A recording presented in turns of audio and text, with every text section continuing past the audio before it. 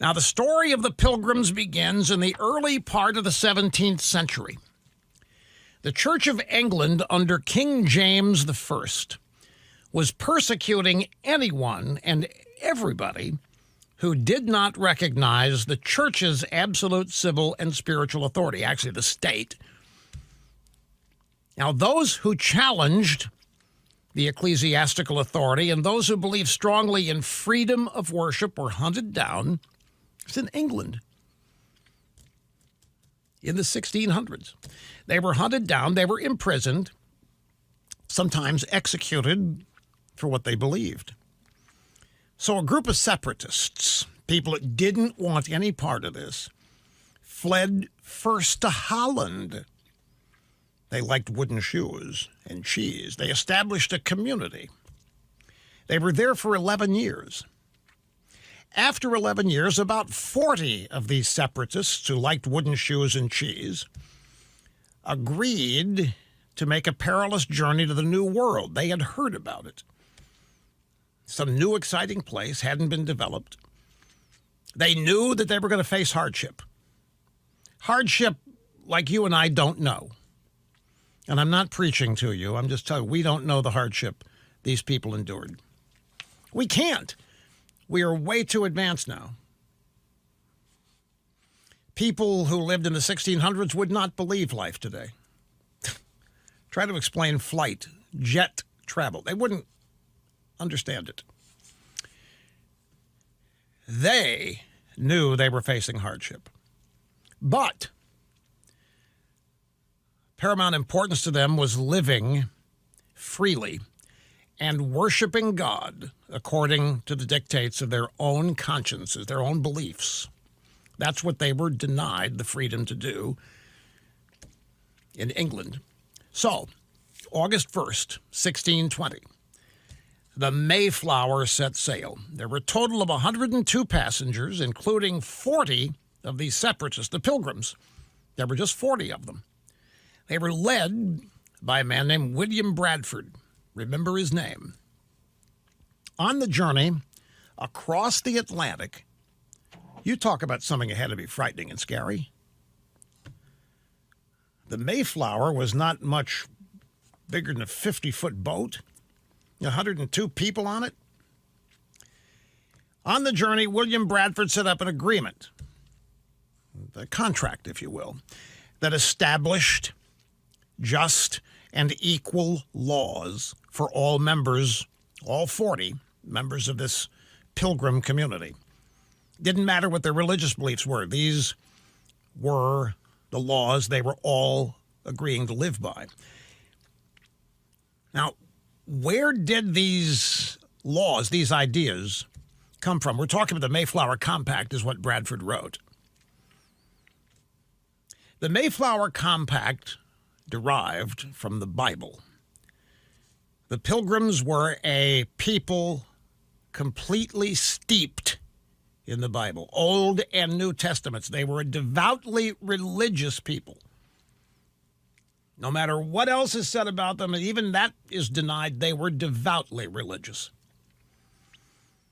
They looked to the ancient Israelites for much of their example, and because of the biblical precedent set forth in Scripture, they never doubted, because of their faith in God, that their experiment would work. They never doubted they would get to the New World. They never doubted that once they got there, they would thrive. The journey was long. It was arduous. It was dangerous. And when they finally landed, when the Pilgrims finally landed in New England in November, according to William Bradford's detailed journal, they found a cold, barren, desolate wilderness. Imagine New England, as it exists today, as nothing but rocks, forest, undeveloped nature in November and getting colder. There were no friends to there was no shelter of any kind other than what, hiding under a tree. There was nothing, folks. It was desolate. There were no hotels. There were no inns. There were no places to clean up. There were no houses. This was real hardship. The sacrifice that they had made for the freedom to worship was just beginning. During that first winter, remember they arrive in November, during that first winter, half of them, including William Bradford's own wife, died of starvation, of sickness, exposure to the elements. Now we're getting close to what you were taught in school. When spring finally came, and by the way, writing that doesn't do it justice. Spring didn't just finally came. It was a survival. It was an act of survival that you and I cannot possibly relate to or understand. American Special Forces can. Military people who've been trained can understand what the Pilgrims were. You and I can't. We've never done anything like that first winter in the New World. They survived it. Spring finally came. They did meet the Indians, the Native Americans who were there, who did help them in planting corn and fishing for cod. They showed them where the beavers were so the beavers could be skinned for coats, other things. You animal rights people are not going to like some of this story, but it happened. But even at this, even with this degree of assistance from the Indians and Native Americans, there wasn't any prosperity yet. They had the Mayflower Compact. They had these laws they were living by, but there was no prosperity. And I wonder why. Now, this is important to understand here, folks, because this is where modern American history lessons end, with the Indians teaching the Pilgrims how to eat, how to fish, how to skin beavers and all that. That's where it ends. And that's the feel-good story, but that doesn't even get close to the true story. You know, Thanksgiving is actually explained in some textbooks as a holiday for which the Pilgrims gave thanks to the Indians for saving their lives. It wasn't that. That happened, but Thanksgiving was a devout expression of gratitude. The Pilgrims to God for their survival and everything that was a part of it. Now, here's the part that has been omitted. The original contract the Pilgrims entered into in Holland, they had sponsors. They didn't have the money to do this trip on their own. They had sponsors. There were merchant sponsors in London and in Holland. And these merchant sponsors demanded that everything that the Pilgrims produced in the New World would go into a common store, a single bank, if you will. And that each member of the Pilgrim community was entitled to one share. So everybody had an equal share of whatever was in that bank. All of the land they cleared, all of the houses they built belonged to that bank, to the community as well. And they were going to distribute it equally because they were going to be fair.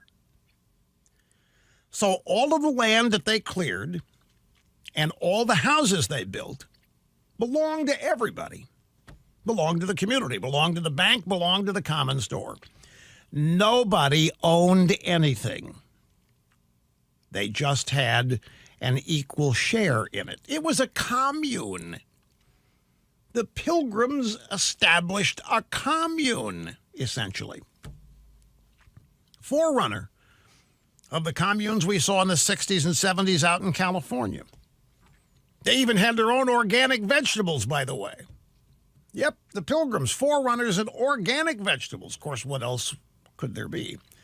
No such thing as processed anything back then. Now, William Bradford who had become the governor of the colony because he was the leader, recognized that this wasn't going to work. This was costly and destructive, and it just wasn't working.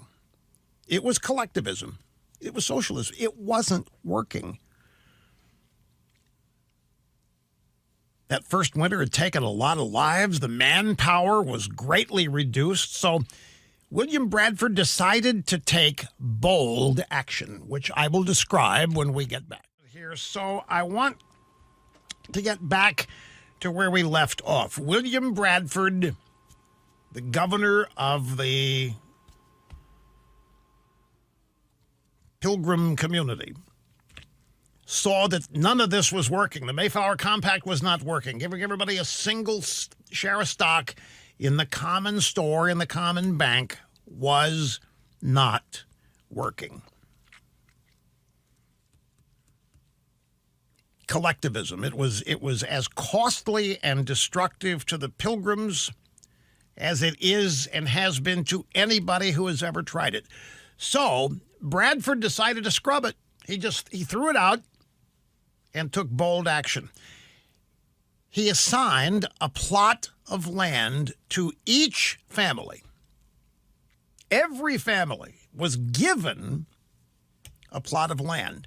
They could work it, manage it, however they wanted to. If they just wanted to sit on it, get fat, dumb, happy, and lazy, they could. If they wanted to develop it, if they wanted to grow corn, whatever on it, they could. If they wanted to build on it, they could do that. If they wanted to turn it into a quasi-business, they could do whatever they wanted to do with it. He turned loose the power of the capitalist marketplace. Long before Karl Marx was even born, long before Karl Marx was a sperm cell in his father's dreams, the Pilgrims had discovered and experimented with what could only be described as socialism, and they found that it didn't work. Now, it wasn't called that then, but that's exactly what it was. Everybody was given an equal share. And you know what happened? Nobody did anything. There was no incentive. Nothing worked. Nothing happened. What Bradford and his community found was that the most creative and industrious people had no incentive to work any harder than anybody else did, unless they could utilize the power of personal motivation. But while most of the rest of the world's been experimenting with socialism for over 100 years, longer now, trying to refine it, perfect it, reinvent it, the Pilgrims decided early on to scrap it permanently. What Bradford wrote about this experiment should be in every school child's history lesson. If it were, we might prevent so much suffering. We might have prevented this election if the true story of Thanksgiving had been taught for years and years and years. And I'll tell you what Bradford wrote and how they fixed it when we get back after this. So William Bradford, after putting everybody in a common store, the Mayflower Compact, they wanted to be fair. They wanted everybody to have one common share of stock in everything that happened that the Pilgrims produced, and it bombed. It didn't work. There was no prosperity. There was no creativity because there was no incentive. Here's what Bradford wrote about the failure. For this community, so far as it was found to breed much confusion and discontent. They were not happy, in other words. This community was found to breed much confusion and discontent and retard much employment that would have been to their benefit and comfort. In other words, nobody worked. The way they set it up killed and discouraged work. There was no need. For young men that were most able and fit for labor and service, sat around and did nothing, should spend their time and strength to work for other men's wives and children without being paid for it. They said, why do that? So they didn't. It was thought to be injustice. Why should you work for other people when you can't work for yourself? What's the point?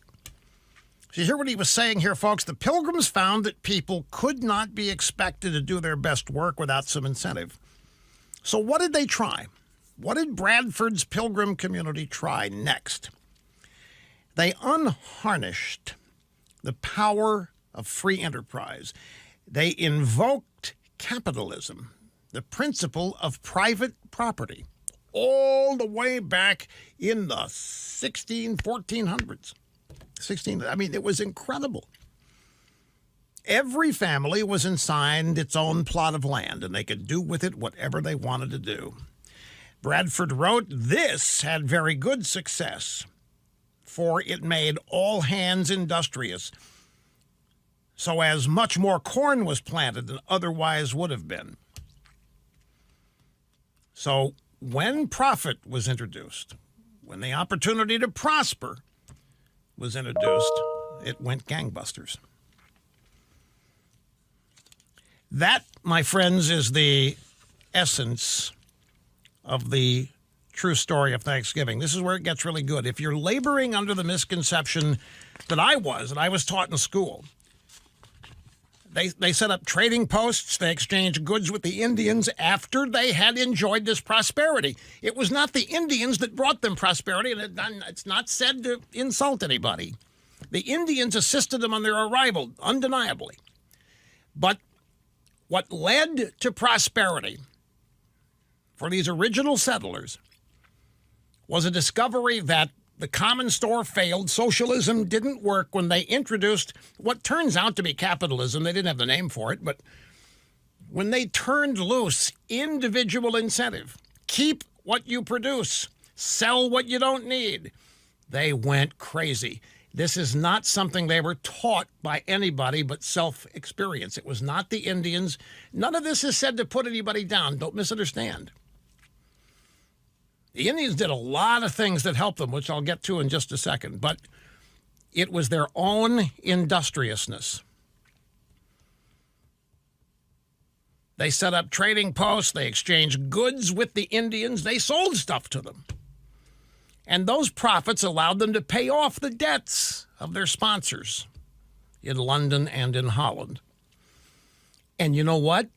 The success of that colony, after they had abandoned socialism and tried what was essentially capitalism, the word spread throughout the old world of this massive amount of prosperity that was there for the taking in the New World. And guess what happened? The New World was flooded with new arrivals. The success and the prosperity of the Plymouth settlement attracted more Europeans and began what came to be known as the Great Puritan Migration. And all it took was prosperity and the word spreading across the Atlantic Ocean of how there was prosperity and it was there for the taking. All you had to do was get there and give it a shot. The lesson is, the true story of Thanksgiving is that William Bradford and his Pilgrim community were thanking God for the blessings on their community after the first miserable winter of a documented failure brought on by their attempt at fairness and equality, which was socialism. It didn't work. Only when they abandoned it did it work. And I need to say again, because I don't want people to be misunderstood, get noses out of joint. The Native Americans, the indigenous peoples, the Injuns, whatever you want to call them, they were of considerable assistance, and they were friendly when the Pilgrims arrived. But they had little, if anything, to do with the prosperity that occurred, because that was the result of Bradford and the Pilgrim leadership deciding to change their structure according to the Mayflower Compact. Now, the Indians assisted, naturally, I can't deny it. I mean, they taught them how to fish and this kind of thing that they didn't know how to do, and that led them to be productive, undeniably so. But it was the Pilgrim community itself which experienced this massive prosperity, the word of which spread all the way back to the Old World, Europe, across the Atlantic Ocean.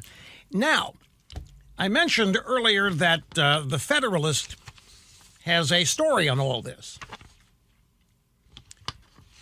And in it, they describe much of what we did in the second book that dealt with this, the children's book, Rush Revere and the Brave Pilgrims. And that book goes into great detail about how the Indians did provide assistance and what kind of assistance it was, how valuable it was, and how crucial it was. And in Rush Revere and the Brave Pilgrims, we focus on a Native American by the name of Squanto. Now, as I told you, during that first winter, 1620, only 44 of the original 102 pilgrims survived. They had an elected governor by the name of John Carver.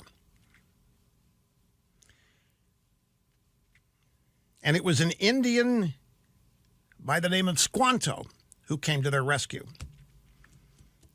And this is, as I say, explored in great detail in Rush Revere and the Brave Pilgrims. Now, Squanto was no ordinary native. Early settlers in 1610 captured him and sold him into slavery. A group of Catholic friars ended up freeing him, brought him to England, where he learned to speak English. In 1618, serving as an interpreter on an English ship, he was brought back to the New World. It was Squanto, who is a famous Native American in his own right in the Pilgrim story. It was Squanto who taught the Pilgrims how to plant, how to fish, how to skin beavers. It was Squanto who brokered a peace treaty between the Pilgrims and other Indian tribes. There was more than one tribe of Indians. It was not copacetic. It was not friendly and at one with nature. It was not anything like the multiculturalists would have you believe. There were squabbles, there were power struggles, turf battles. It was human. The Indians, the Pilgrims, everybody was scrambling for power, for survival. Survivability was the name of the game, and it was not guaranteed. Now, many of the Pilgrims literally believed that God had sent Squanto to save them. And they believe, Pilgrims believe, that without Squanto, they never would have survived or thrived. And they experienced a tremendous harvest in 1621, and that's the big gathering that is taught in the history books. The native Indians and the Pilgrims joined together for a huge feast, which is the foundational story of the Thanksgiving story that's taught in public schools. But again, that is not the real story of Thanksgiving. That's the textbook brain. It did happen, but it's so much more than that. And I love taking the opportunity every year to explain the truth, especially now, given how this election has apparently, allegedly fallen out. Because even as the Federalist side, this is so great that the story is spreading. One of the most important legacies of the early settlers is that they experimented with socialism in the 1620s and it did not work. Private property rights, personal responsibility, saved the Plymouth colony from extinction and laid the economic foundation for the free and prosperous nation that we all enjoy today. And that is exactly right. And that is the true story of Thanksgiving, and that has been what we have shared with you every Thanksgiving for the past 31 years. Now a brief break.